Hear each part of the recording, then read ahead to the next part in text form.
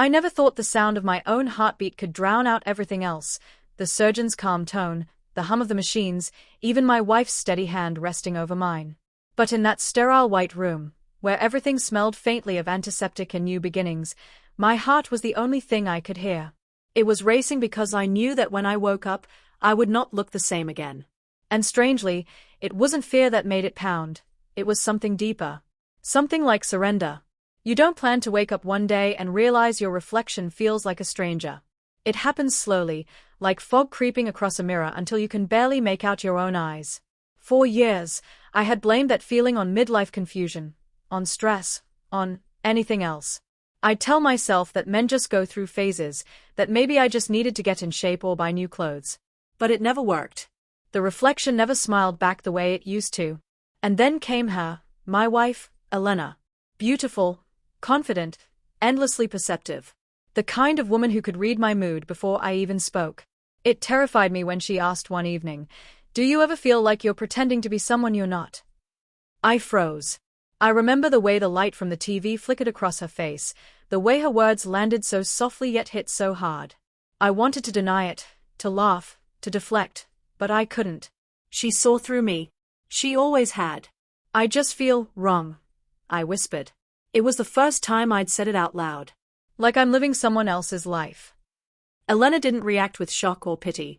She just nodded, slowly, like she'd been expecting this moment for years. "Then maybe," she said, "it's time we find out who you really are." Those words changed everything. From that night on, everything began shifting. She started asking questions gently, never pushing, always letting me set the pace. She bought me books, stories of people who had walked paths similar to the one I didn't yet know I was on. I remember flipping through the pages late at night, reading about others who had transitioned, and feeling my pulse quicken, not with fear, but with recognition. Elena was the one who brought up the idea of cosmetic changes first. "Not because you need to be someone else," she said, "but because maybe it's time the outside matched the person I already see inside you." At first, I thought she was joking. Surgery? Me? The idea seemed absurd. I was an ordinary guy, or at least I had tried to be, average job, average clothes, average life. But Elena had this way of making the extraordinary sound inevitable. And that's how I ended up here, lying on this narrow table, a paper gown crinkling under me, my heart hammering against my ribs as the anesthesiologist prepped me for. "Ready?" the surgeon asked. I wanted to say no. I wanted to say I had no idea what I was doing. But I looked at Elena, standing there, calm, proud, her eyes warm with something that felt like belief, and all I could do was nod. Maybe for the first time in my life, I was ready to stop hiding. The last thing I saw before the world faded into a soft blur was Elena's lips forming the words, "You're going to be beautiful." And somehow, even as the darkness took me, I believed her. When I woke up, everything was silent. Not the kind of silence that comes from an empty room, but the kind that hums quietly inside your head, soft, muffled, and fragile. For a moment, I didn't remember where I was. The bright ceiling lights blurred into halos, and I could taste anesthesia at the back of my throat, bitter and metallic. My body felt heavy, weighted down by something unfamiliar. Then I felt it. A pressure across my chest, tight, foreign, almost sacred. It was real. The first instinct was disbelief. I moved slightly, feeling the tug of surgical bandages, the unfamiliar curve pressing against the fabric of the gown. I froze, afraid that even breathing too deeply might make it vanish. But it didn't. The weight stayed there, steady and real. For the first time in years, the mirror I'd been running from existed not in my imagination, but in flesh. "Hey, sleepyhead," Elena's voice whispered from somewhere beside me. I turned my head slowly. She was sitting in a chair, her hair tied back, her face tired but glowing with something that felt like pride. She reached for my hand and squeezed it. Her eyes said everything her words couldn't. That she saw me, that she'd been waiting for this version of me to finally surface. "How do you feel?" she asked softly. I tried to speak, but my throat ached, my voice barely a whisper. "Different." "Good different or?"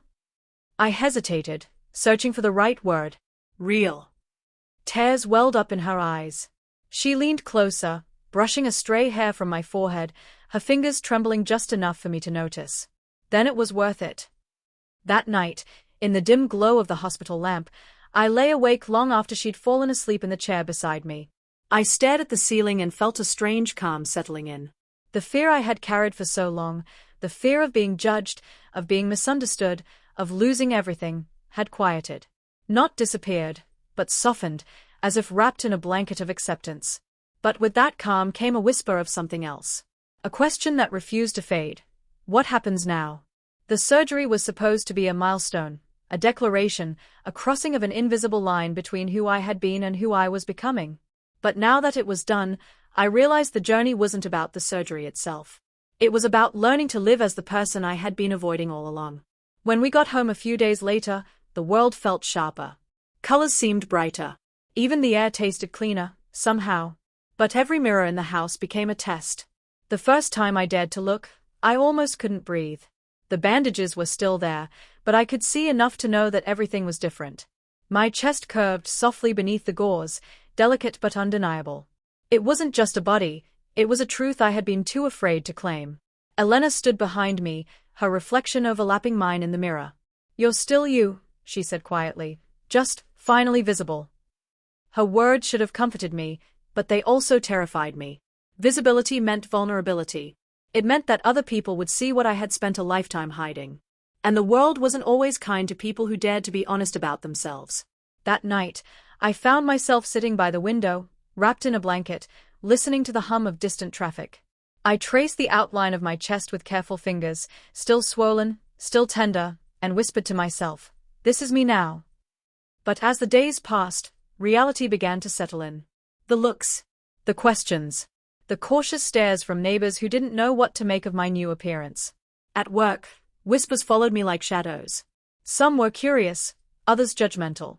I tried to ignore them, but inside, a storm was brewing. Change, even when it's beautiful, can be unbearably lonely. And soon, I would learn just how far that loneliness could stretch. The first week after the surgery felt like living between two worlds. My body was still healing, wrapped in layers of compression and gauze, but inside, I felt lighter. It wasn't just about what had changed physically, it was that the reflection I saw was finally starting to feel like a conversation instead of a confrontation. Elena was everything I hadn't realized I needed. She managed the house, the appointments, the endless stream of checkups, all while carrying an energy that somehow never faltered. Each time I looked at her, I saw pride, not the kind that comes from accomplishment, but the quiet, steady kind that comes from love that believes before you do. She'd catch me staring into the mirror sometimes, standing too long, searching for the person I was becoming. "You're overanalyzing," she'd tease gently. "You don't have to understand it all today." But I wanted to. I needed to. It wasn't just about the chest, it was about how differently I carried myself, how every motion felt newly fragile and strangely powerful. Even small things, like brushing my hair or buttoning a shirt, became silent affirmations. There was a calm, steady rhythm to rediscovering myself. Still, the outside world didn't slow down for me. The first day I went back to work, I felt the tension in the air the moment I walked in. Conversations lowered in volume. Eyes lingered a little too long. My boss tried to be supportive, but his voice carried that cautious tone, like he was still learning the right words to use. "Glad to have you back," he said, smiling too tightly. "Glad to be back." I lied. Every step felt like walking through fog, the kind that hums with unspoken thoughts. A few co-workers smiled, genuinely, others looked away, unsure. I understood. Change makes people uncomfortable, especially when it challenges what they think they know about you.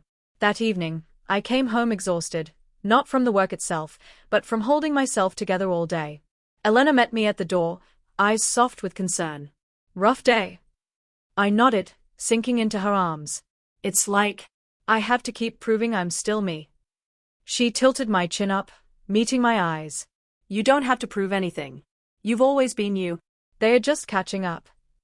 Something about those words cracked the weight in my chest. For the first time since the surgery, I let myself cry, not out of regret or sadness, but out of release. Later that night, I stood in front of the mirror again. The swelling had gone down a bit, and for the first time, I could see the shape of the person I was becoming, softer, yes, but also stronger. I whispered to my reflection, "It's okay. You're allowed to exist like this." And for once, the person in the mirror smiled back. It's strange how healing isn't just physical, It's emotional, invisible, and often messier than the stitches themselves. The body knows what to do. It rebuilds, it mends. But the mind, it hesitates. It questions every new curve, every glance from strangers, every moment that feels both freeing and frightening. A few weeks passed before I dared to go out alone. Elena encouraged me gently but never pushed. "You'll know when you're ready," she said, like it was the simplest truth in the world. One afternoon, I stood by the door with my keys in hand for almost 10 minutes. My reflection in the hallway mirror stared back, nervous and uncertain. I was wearing a loose sweater and jeans, nothing dramatic, nothing that screamed for attention. But still, my heart raced. When I finally stepped outside, the air felt different. It wasn't the world that had changed, but my awareness of it. Every sound, every passing face, every subtle reaction carried new weight. At the grocery store, I caught my reflection in the glass doors and almost didn't recognize the calm in my own posture. For so long, I had been used to hiding in plain sight. Now, even though part of me still wanted to, I knew I couldn't go back to pretending. When I returned home, Elena was in the kitchen, humming to herself as she stirred something on the stove. The smell of herbs filled the air, warm and grounding. She looked up as I came in. "You did it," she said simply. I laughed, half relieved, half emotional. "It was just groceries." She smiled knowingly. "It was more than that, and you know it." She was right. The world hadn't stopped. No one had stared, no one had pointed. The fear I had built in my head had been louder than reality. That night, as we sat together on the couch, I told her something that had been sitting on my tongue for days. "You know, when I look in the mirror now, I see someone who's beginning to feel real. But sometimes I'm still scared she might disappear if I blink." Elena leaned her head on my shoulder. "She won't disappear," she whispered. "You've worked too hard to bring her to life." Her words sank deep. For years, I had thought of transformation as a sudden event, like flipping a switch or crossing a line. But it wasn't that at all. It was 1,000 quiet moments strung together, each one a small act of courage, a gentle claim of truth. Later, when I went to bed, I looked at my reflection again. The soft lines, the way my body was beginning to settle into its new rhythm. I didn't see perfection. I didn't even see certainty. But I saw me. And that, for now, was enough. The next few weeks brought a quiet kind of transformation, not just in how I looked, but in how I moved through the world. Every morning, I woke a little earlier, not because I had to, but because I wanted to. I'd stand in front of the mirror and study the reflection I was learning to make peace with. The swelling had faded, the scars were softening, and something in my expression had changed too. There was light where hesitation used to live. Elena noticed it before I did. "You smile without realizing now," she said one morning as we had breakfast. "Do I?" I asked, almost embarrassed. She nodded, a grin tugging at the corner of her lips. "You used to smile only when you remember to. Now it just happens." Her words stayed with me the entire day. It's strange how small observations from the people who love us can feel like revelations. I had been so focused on external change, on how I appeared, that I hadn't realized how much peace had begun to grow inside me. Still, not everyone saw it that way. A few relatives came by one weekend. Family visits had always made me nervous, but this one was different. They had heard about the surgery, not from me, but from the kind of whispers that travel faster than truth ever does. The moment they stepped into the living room, I could feel the tension hanging between us like invisible smoke. My aunt smiled too tightly. My cousin avoided eye contact altogether. Elena tried to keep the conversation light, steering it towards safe topics: work, the weather, her new gardening obsession. But eventually, my uncle broke the silence. "So," he began, clearing his throat, "you've made some changes." I nodded slowly. "Yes, I have." He fidgeted with his sleeve. "Doesn't it feel strange? Doing something like that?" I took a breath, steady and quiet. It did, at first. But now it feels like I'm finally catching up to myself. The room went still. For a second, I regretted saying it. But then I saw Elena's hand reach for mine, firm and sure. My aunt spoke next, her voice softer than I expected. "You seem happier," she said, almost to herself. That small admission loosened the knot in my chest. "I am," I said simply. The visit ended without drama, without approval, but also without rejection. And somehow, That was enough for me. Acceptance didn't always arrive in loud declarations. Sometimes it came in the form of silence that didn't hurt anymore. That night, I told Elena, "It's strange. For the first time, I don't feel like I'm fighting to exist. I'm just living." She smiled, brushing her hand against my cheek. "That's all I ever wanted for you." I looked at her, really looked, and realized how much of my strength had been borrowed from her belief in me. And as I drifted to sleep that night, one quiet thought lingered. Maybe this isn't the end of my transformation. Maybe it's the beginning of something larger, something freer. There's something powerful about walking into your own life without flinching. I didn't notice it happening at first, but one morning, as I stood by the window sipping coffee, I realized I wasn't bracing for the world anymore. I was meeting it. The surgery had been a turning point, yes, but what came after, the day-to-day rediscovery of myself, was where the real transformation lived. Each small routine, from choosing what to wear to hearing my name said softly by Elena, felt like rewriting the script of who I was allowed to be. I started keeping a journal. It wasn't anything formal, just scattered thoughts, quiet reflections, and late-night confessions that I didn't always have the courage to say out loud. One night, I wrote, "I used to think change meant becoming someone else. But maybe it's just the art of revealing the person you were always meant to be." Elena found the notebook one morning on the table and smiled as she read the line. "You should publish this someday," she said. I laughed, shaking my head. Who would want to read about me? Her eyes softened. Everyone who's ever been afraid to be themselves. Those words stayed with me longer than I expected. A few days later, I decided to do something I had been avoiding for weeks, going out without Elena by my side. I told her I needed to prove to myself that I could handle being seen, not as who I had been, but as who I was now. She smiled with quiet pride and kissed my forehead. "Then go," she said. "And don't shrink." The first place I went was a small cafe near the park. It was always quiet there, with a soft hum of background chatter and the scent of roasted coffee beans filling the air. I stood in line, heart pounding, aware of every glance but refusing to let it shake me. When the barista looked up, she smiled. "What can I get you?" The word landed in my chest like sunlight. Not because it validated me, though in some way, it did, but because it felt natural. Unforced. As if the world was finally catching up to what I already knew. I carried my coffee outside and sat on a bench overlooking the park. Children were laughing, couples were walking hand in hand. And for once, I didn't feel like an observer. I felt like I belonged. Later that evening, when I returned home, Elena met me at the door. "How was it?" she asked. I smiled, a little breathless, a little emotional. It felt normal. And that's what made it beautiful. She laughed softly. Normal can be extraordinary when you've had to fight for it. That night, as we sat together under the soft glow of the lamp, I realized something important. My transformation wasn't just physical, it was relational. It had changed the way I loved, the way I connected, the way I allowed myself to be seen. And in that stillness, a thought bloomed quietly inside me. Maybe one day, I could help others feel this way too. The more time passed, the more my world began to balance itself again. The fear that used to shadow every step started to fade, replaced by a quiet sort of confidence that didn't need to prove itself. It wasn't loud or dramatic. It was calm, grounded, and deeply personal. But change, even when it's good, always ripples outward. And not everyone knows how to stand in that current. A few months after the surgery, my workplace organized a small social gathering, one of those casual team dinners where everyone pretends to be relaxed while secretly wondering if they are saying the right thing. I almost didn't go. The idea of walking into that room, surrounded by people who still didn't fully know what to make of me, made my stomach twist.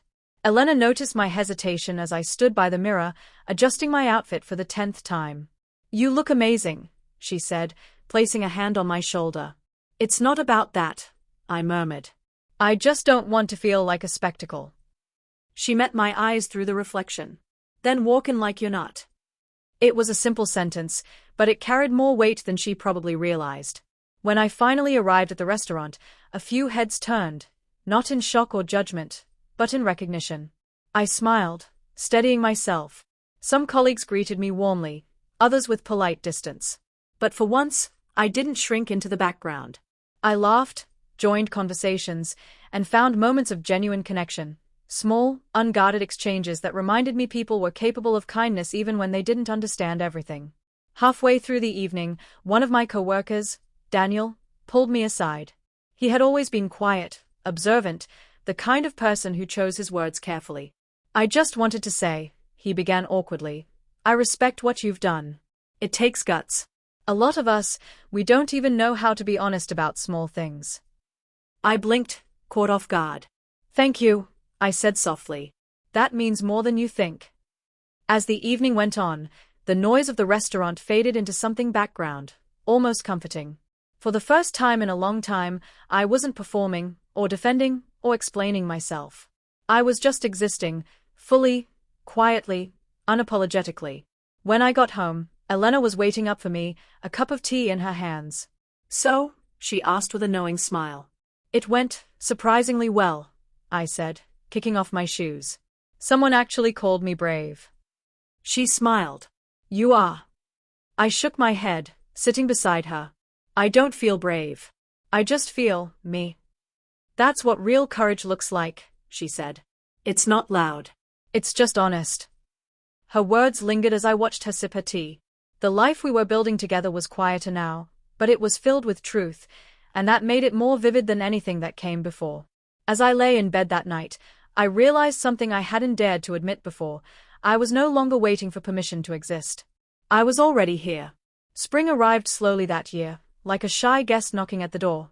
The air was softer, the days a little brighter, and the world outside seemed to move at a gentler pace, or maybe I was just beginning to notice the details again.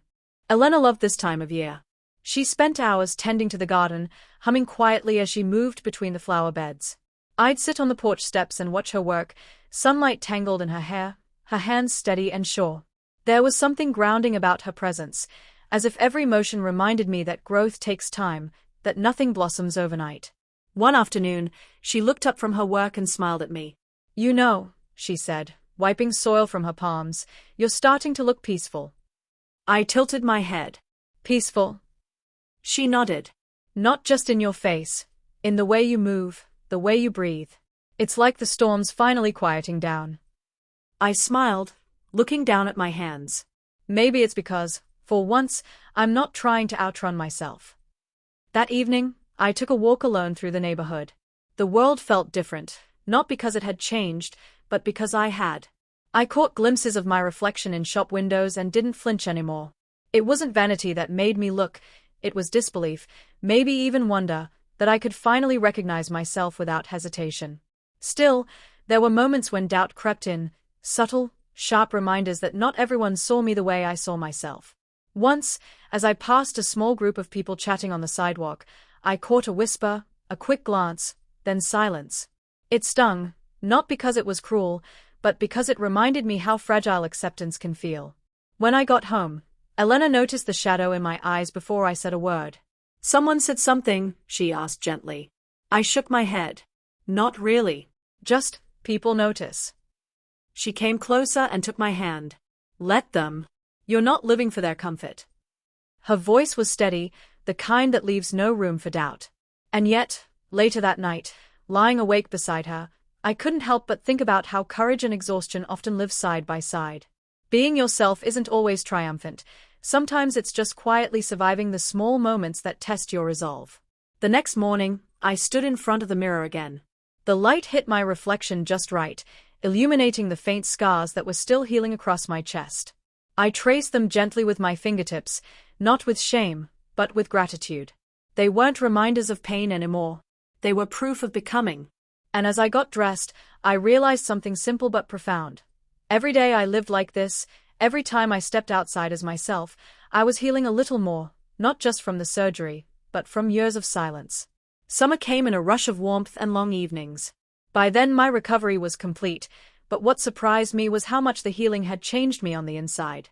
I began to enjoy being out in the world again. I no longer hid under baggy clothes or turned away from photos. There was still a quiet nervousness, but it was the manageable kind, the sort that comes from stepping into a life that finally feels like it fits. Elena suggested we take a short trip to the coast. "You need a week where nobody knows us," she said. "Just the sea, the sky, and you getting used to the sound of your own laughter again." We rented a small cottage near the water. The first morning, I walked down to the beach alone, the air sharp with salt. The tide rolled in gently, whispering against the sand. For the first time, I wore a light summer dress that Elena had picked for me. The wind tugged at the fabric, and I stood there, toes in the surf, realizing how far I had come from the person who once avoided mirrors. A small boy ran past me, chasing a kite, and his mother smiled as she followed. It was a tiny, ordinary interaction, but it left me stunned for a second. It was normal. I was just another woman on the beach. When I told Elena about it later, she smiled. "That's how you know you're blending in with your own truth," she said. We spent the week walking the shoreline, collecting shells, and talking late into the night. One evening, sitting on the porch as the sun fell into the horizon, I turned to her and said, "You know, I used to think the goal was to change. But I think it was really about learning to be okay with who I already was." She nodded. "That's what love does. It gives you space to meet yourself." Her words stayed with me. When we returned home, something had shifted in me permanently. The small town, the whispers, even the uncertain looks at work, they didn't bother me the same way anymore. I had touched a piece of peace that couldn't be taken away by opinion or curiosity. One afternoon, I opened my journal again and wrote, "Healing isn't a finish line, it's a rhythm. And for the first time, I can dance to it." That evening, I read the line aloud to Elena. She smiled, then said quietly, "You should share these words someday. They might help someone who's standing where you used to be." I didn't answer right away, but inside, something flickered. Maybe she was right. Maybe this story wasn't just mine. Maybe it was meant to reach someone else who needed to hear that peace, too, was possible. That thought stayed with me long after the lights went out and the night settled into silence. Autumn crept in quietly, bringing with it the scent of rain and the hum of change. The days grew shorter, the air sharper. I found myself drawn to long walks beneath golden trees, the leaves whispering under my shoes like memories I'd finally made peace with. Life had begun to settle into something resembling normalcy again, though it was a new kind of normal, one built on honesty instead of habit. The people around me were learning, adjusting, and so was I. There were still moments of awkwardness, of hesitations in conversation, but they no longer defined me. They were simply part of the landscape now. One afternoon at work, my boss called me into his office. The old anxiety flared for a moment, the kind that comes from years of anticipating discomfort, but his tone was different this time. "I've noticed how much more confident you've been lately," he said. "You seem settled." I smiled softly. "That's one way to put it." He hesitated, then nodded. "I just wanted to say, you've handled everything with grace." Not everyone could. It wasn't much, but it was more than I expected. Respect isn't always loud. Sometimes it's just a quiet acknowledgement from someone who's finally seeing you clearly. Later that day, I walked home instead of taking the bus. The sky was a dull gray, the kind that makes city lights glow early, and I thought about how, for so many years, I had built my life around invisibility. Now, being seen didn't scare me anymore. It felt right. That evening, as Elena and I prepared dinner, I told her about the conversation. She smiled. "You see? The world adjusts, slowly but surely." I stirred the soup thoughtfully. "It's strange. I used to think I'd have to fight every day to be accepted. But I think maybe acceptance begins with me." She reached over, touching my hand gently. "It always does." After dinner, we sat by the fireplace. The flames flickered softly, casting warm light across the room. Elena leaned against me, her head resting on my shoulder.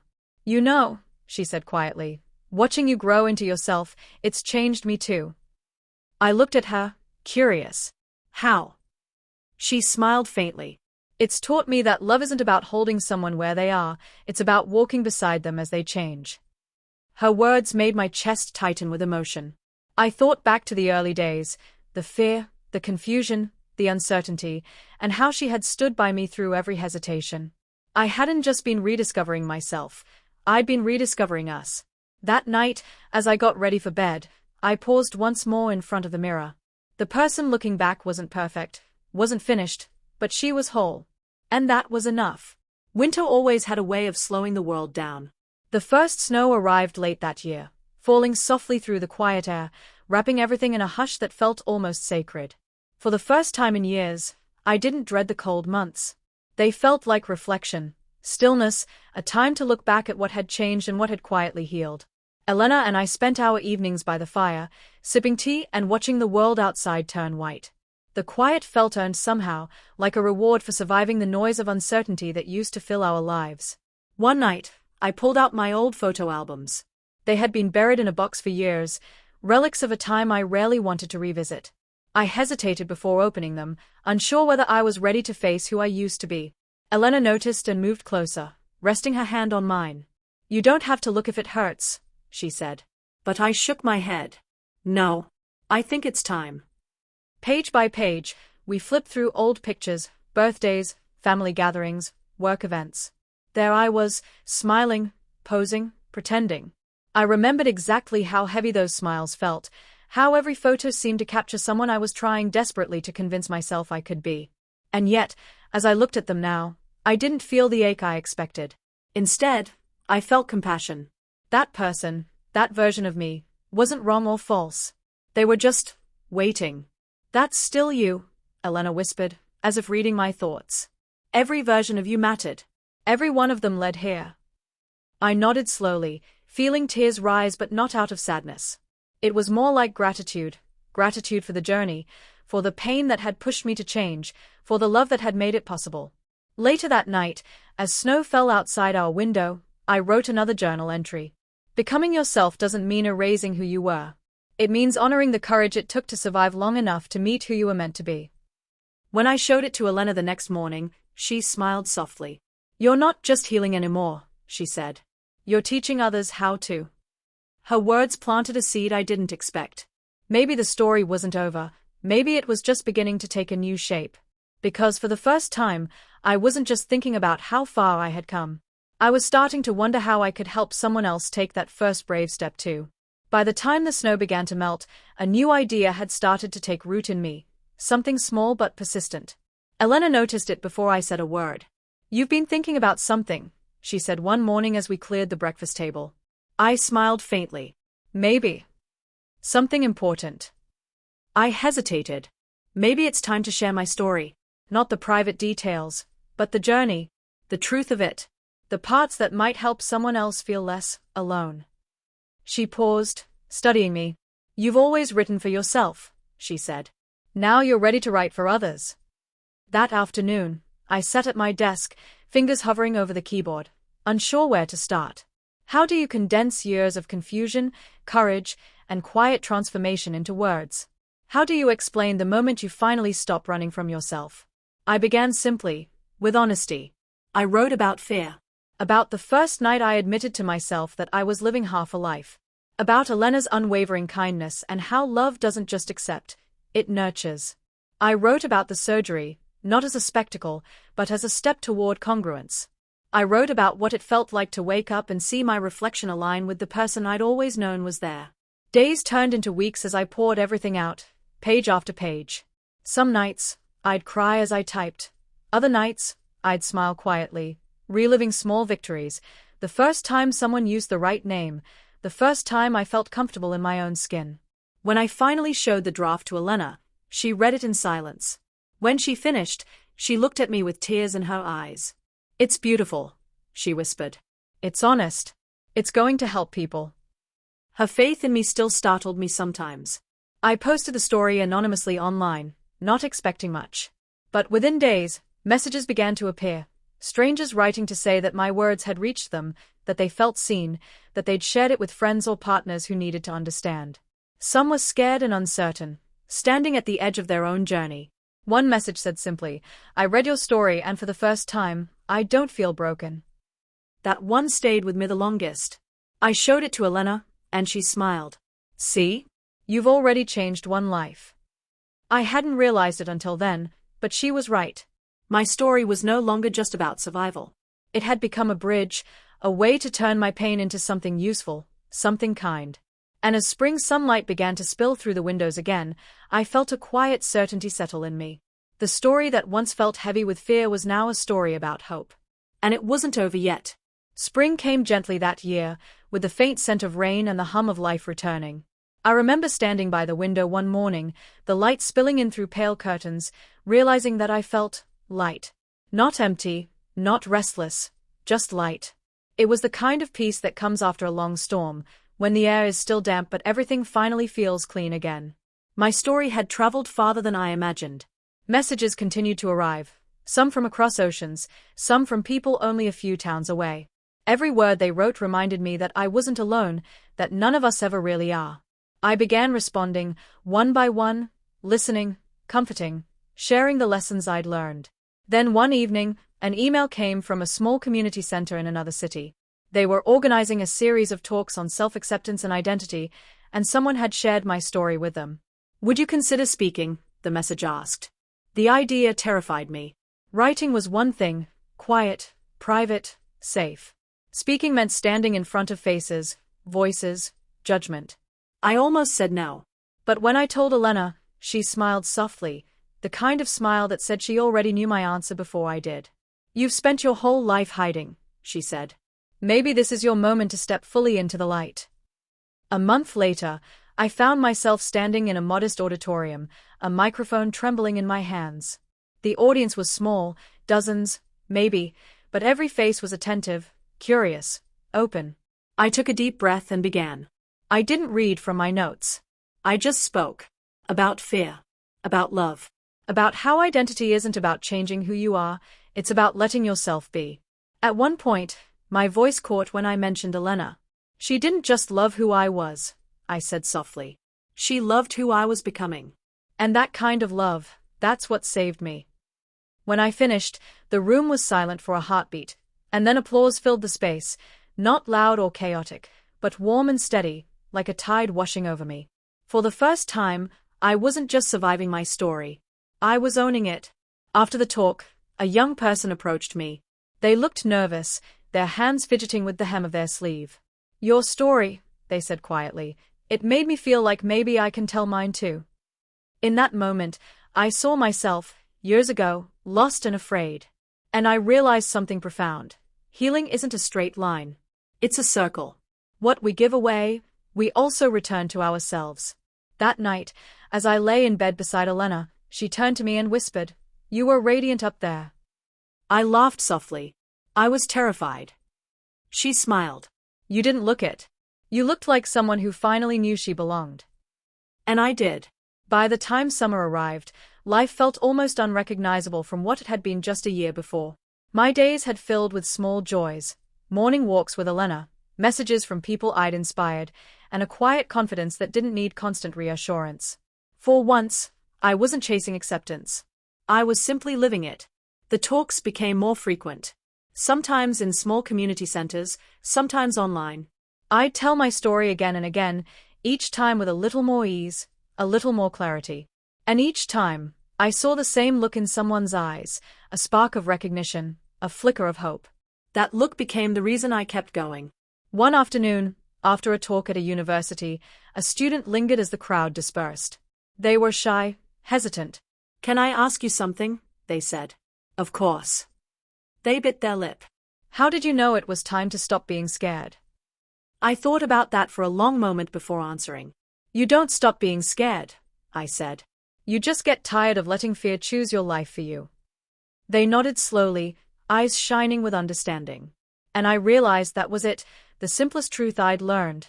Courage doesn't mean being fearless. It means choosing honesty even when fear is still sitting in the room with you. When I returned home that evening, Elena had dinner ready and candles glowing softly on the table. She poured me a glass of wine, then leaned against the counter, smiling. You've become a voice for people who didn't have one, she said. Do you ever stop and realize that? I laughed quietly. It still feels strange. A year ago, I could barely look at myself in the mirror. Now I'm standing on stages telling people to do exactly that. She reached over, brushing a strand of hair from my face. That's the beauty of it, she said. You're not telling people who to be, you're showing them it's possible to be. We ate together in silence after that, the kind of silence that feels full, not empty. Outside, fireflies flickered in the garden, and for a brief moment, everything felt suspended in perfect balance, the past forgiven, the future open. Later that night, as I stood at the mirror brushing my hair, I looked at my reflection and smiled. Not out of vanity or pride, but out of recognition. The woman looking back wasn't just a version of me anymore, she was me. Every scar, Every fear, every step had led here. And for the first time in my life, I didn't feel like I was pretending. I felt real. Entirely, beautifully real. Elena called from the other room, her voice soft and familiar, and I turned toward it instinctively, toward home, toward the life we'd built. Because this journey, I realized, had never just been about transformation. It had been about learning how to love myself, my past, and the world that had once scared me. And that love was the truest change of all. It was a quiet morning when I realized the journey had come full circle. The kind of morning that feels ordinary on the surface, sunlight drifting across the curtains, the soft hum of the kettle, but carries a stillness that tells you something has shifted. Elena was in the kitchen, humming to herself as she buttered toast, while I stood in front of the mirror one last time, not to search for flaws or signs of change, but simply to see. To really, deeply see the woman I had become. The faint lines on my face told stories of laughter and tears. The soft curves, the gentleness in my shoulders, the warmth in my eyes. Every detail felt earned. Not created, not forced, but revealed. Like a truth that had been waiting patiently to be heard. When Elena joined me, she leaned against the doorframe, smiling. "You look peaceful," she said. I met her gaze in the mirror. "I am." She came closer, resting her chin on my shoulder. "Do you ever think about how far you've come?" "Every day," I said quietly. "But lately, it's not about how far I've come, it's about how far I can go." She smiled.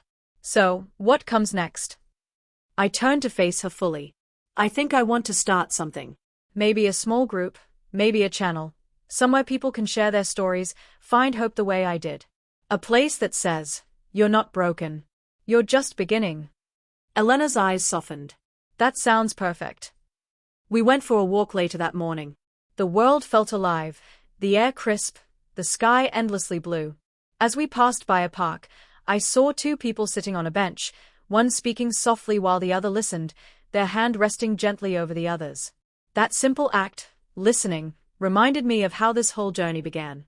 Someone had listened. Someone had loved. And because of that, I'd found the courage to become myself. As we walked home, I thought about all the people still out there, standing at the edge of discovery, scared to take the next step. I wanted to tell them what I'd learned. That self-discovery isn't an escape from your old life, it's a reunion with your truest self. That night, before bed, I wrote one final entry in my journal. I used to think transformation meant changing into someone new. But now I see, it's about coming home to who you've been all along. I closed the journal and placed it on the nightstand. Elena turned off the lamp, the room falling into a gentle darkness. "Good night," she whispered. "Good night," I said, smiling into the quiet. And as sleep drifted in, I felt that same calm certainty, the kind that comes when you finally understand that you've reached not an ending, but a beginning. Because the story of becoming never really ends. It just keeps unfolding, one honest day at a time.